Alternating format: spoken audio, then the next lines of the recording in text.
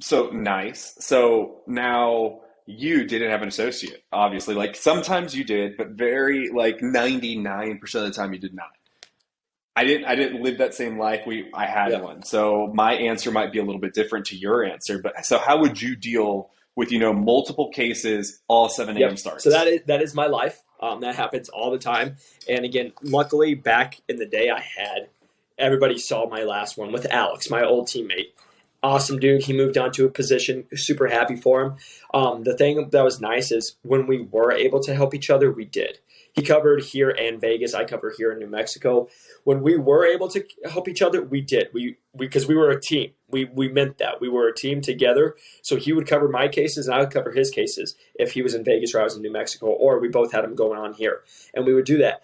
But when you're both trying to grow a territory, normally that didn't happen. So I rarely ever was able to cover all of his cases and he was able to cover all of my cases. So we might be able to get one or two here. But really what it always came down to is there's going to be a couple things you always have to look at. This is going to be a common question you guys get asked, if there's two doctors, which one are you going to? Number one, it's going to be revenue. It's got to be revenue. And what I mean by that is I have one of my top docs, probably does 60-70% of my whole business. And they want a rep at the surgery every single time. Now, could they go without it? Yes, they could. But when you have somebody who has 60-70% of your business and the competitor is on their heel all the time and they sometimes will use another device from the competitor, you make sure when they ask you to be there, you're there. So for me, that's number one, is going to be looking at financially, where's the opportunity at? And then number two, it's going to be how good is the facility that it's at. So for example, I just had to do this the other day. So the one that I chose to go to was one with a doctor who was medium volume, and I had a doctor who was a little higher volume.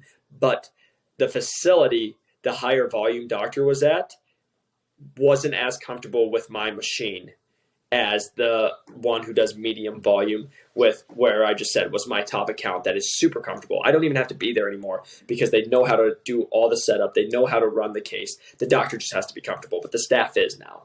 And then, so I choose it over, it's going to be the volume. How much money is that doctor producing? Number one. And then number two, if I have a throw up, if it's literally same doctors about produce, which staff is going to be the best that I can leave to go by themselves and I can go to the other one, or which doctor is going to be the most understanding.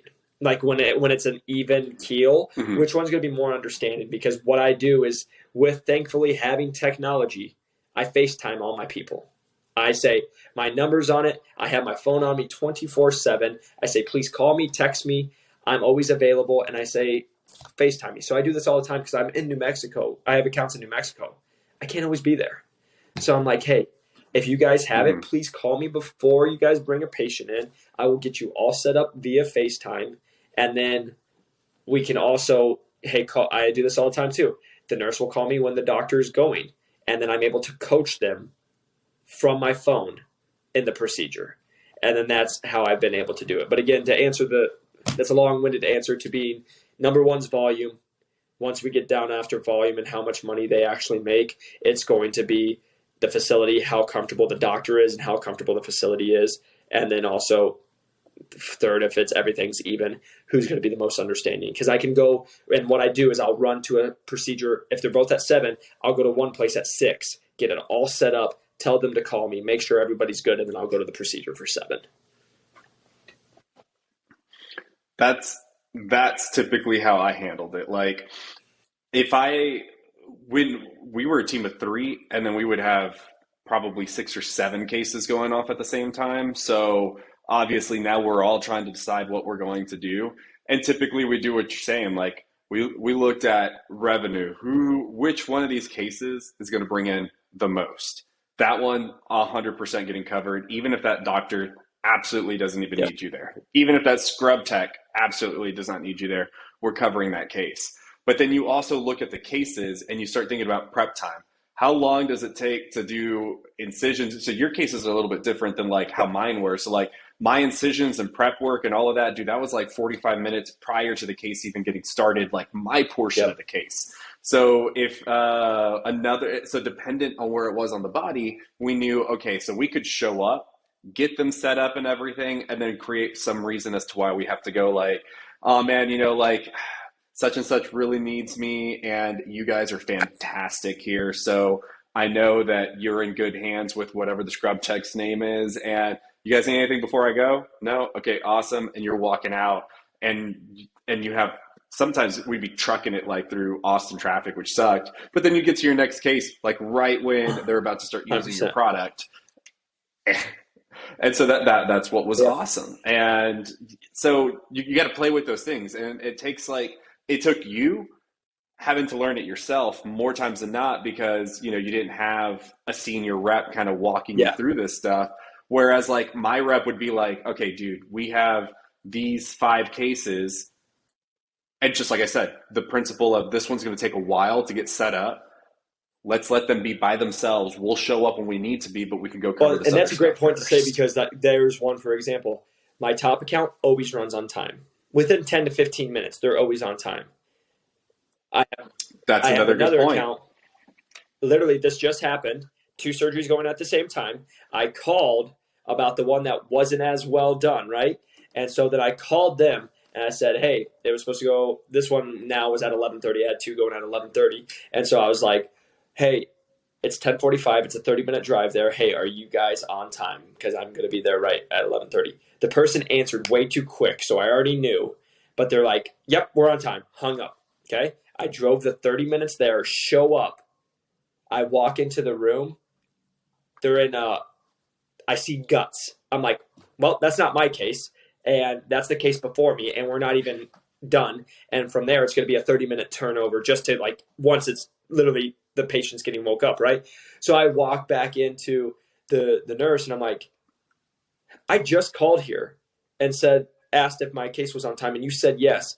And what time's the start time now? Oh, 1 o'clock. I'm supposed to go at 11:30. And I'm like, well, I'm leaving. Wow. And she's like, what? And I'm like, I'm leaving. You just told me it was at 11:30. I got another case going on right now that I can go make it back for. So I might not be here for your case. She's like, well, I can't read your mind. And I was like, well, you could have checked the board. Right? Like that's like I tell people, that's the idiotics that we face with because it's like someone's such a lazy ass who sucks at their job. She literally couldn't go look at the board for 3 seconds, say, hey, it's delayed by an hour and a half.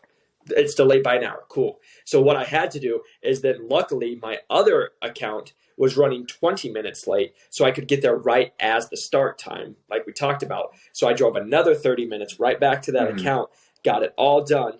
Got them done with that case, walked in right as it was going. So got it all finished up, got them prepped and started for the second case, and then left the second case as they were prepped and all going in and went to my case that was now a 30-minute drive again to get down there. So again, that is part of it. But you make a great point is like you just have to know the accounts, know the prep time, know the doctors, know all that stuff, and know which ones you can and you can't leave. And like that one that I said, they're notorious for being literally 30 minutes to an hour late every single time. But I still show up, and even when I call, and there's not a even difference. when I call, they still will say every time. Even my last one, I called and it said it was on time. It was supposed to be a 2:50 start, and it started at 4:45. See, and there's not a difference when it comes to like the field that I'm in now to being in the OR because it's all about relationship building and with everybody because as a rep, you got to have multiple lines of communication into every facility. And it's that person right there. That person says, yes, you're good to go. And what sucks is they sucked and wasted your time, but you're not going to know that. And so now the next time you go, you know what, I'm going to find somebody else because that person doesn't know anything. This other person might know. I went and talked to the nurse that was in the room. And so I got her number. And then I gave her mine. I said, let me know when you guys are about to start the next one because when you guys get done with this one, I know I have about 35 minutes by the time the patient's underneath and going under that I'll be able to get there. So just text me when they're taking the patient out. And that's what happened. I started the second one, text me, hey, we just got done with the case. Bam, that's my cue to, okay, I'm going to get there right as it's starting.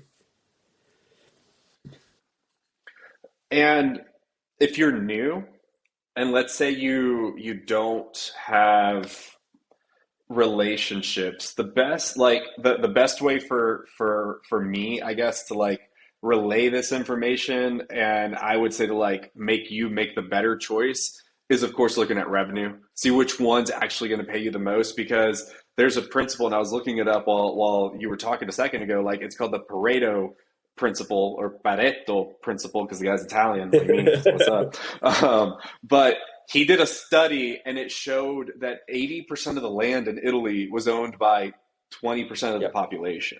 So they use that principle in so many different ways, where, 80% of your revenue that's coming in comes from It's 20% of your accounts. And you, more times than not, no, you it's can make that 100%. work. That is 100% true, and it's in everything, right? They say it all the time. 20% of the reps make 80% of the revenue for a company, right? Like the top, like Mhm. that, they do the math Yeah, they make that for principle everything. work for Everybody I've everything, talked to, it's true though. That's like it's the example of like my one doctor. They just messaged me, in the next 3 week or in the next 2 weeks has like 7 cases. She's the majority of my business in a certain region. Well, what when she says jump, hmm how high? Because my other ones, and so that's been a learning one. I'll be straight up though. This is where I joke around with people. That's just always been common sense to me. If someone's going to pay you $30 and someone's going to pay you $5, who are you going to go do the same job for? The one that pays you $30, right? Like Yeah. that's just common sense to me. To some people, it's crazy when we talk to them. They're like, "Oh wow, really?" And I'm like, "My God, like how?" Well, it's because it's the loyalty aspect, the way that I look at it. Because when I was working in the OR and covering all these cases and stuff like that, I think I lost Jacob there for a second, but I'm sure he'll get back. But so I looked at this, and the way that I was working this scenario was with my counterpart. The way that they looked at the scenario is loyalty, and they wanted to be there for absolutely everybody. But I wanted the business to grow. And that was my purpose for being on the team. I was right below the senior rep, but I wasn't an associate. So I had a number on my head. So the way that I looked at it was breaking down all of these accounts to that 80-20 rule, where 20% of my accounts are bringing in 80% of the revenue. So I can't go and cover all of these simple cases that aren't really doing much, and it's not moving the needle. So what did I need to do? I needed to look at those 20% of the accounts that were moving the needle, and how can I grow that business more? And for me, the way that I was able to change that was bringing in biologics. Not every company is going to have biologics, but I was at least able to look at different avenues of the products that I'm allowed to sell, because these are the products that we have, and figuring out where did those products make sense within some cases, and then selling. That is why we're in this role. We are in this role to upsell. I don't care what that other person says. You're building these relationships for that specific purpose. Because when you build a good enough relationship and you continuously cover the same case over and over with that doctor, you need to figure out what can you do to start making that case maybe worth a little bit more revenue for your organization, so that you can hit your number faster. And what products can you bring there? Maybe the whole thing now is, maybe they're used to using that same product, and you have a similar product that maybe is worth a little bit more, and you have to do a mind shift and say, hey, on this next for this next patient, do you think using this other product would be a better option? Can we talk about the pros and cons of why obviously we picked up this other line that does something similar, but maybe it's better because this patient's younger or this patient's older? There are certain products that are better for younger or older patients, and then biologics pretty much work for everybody.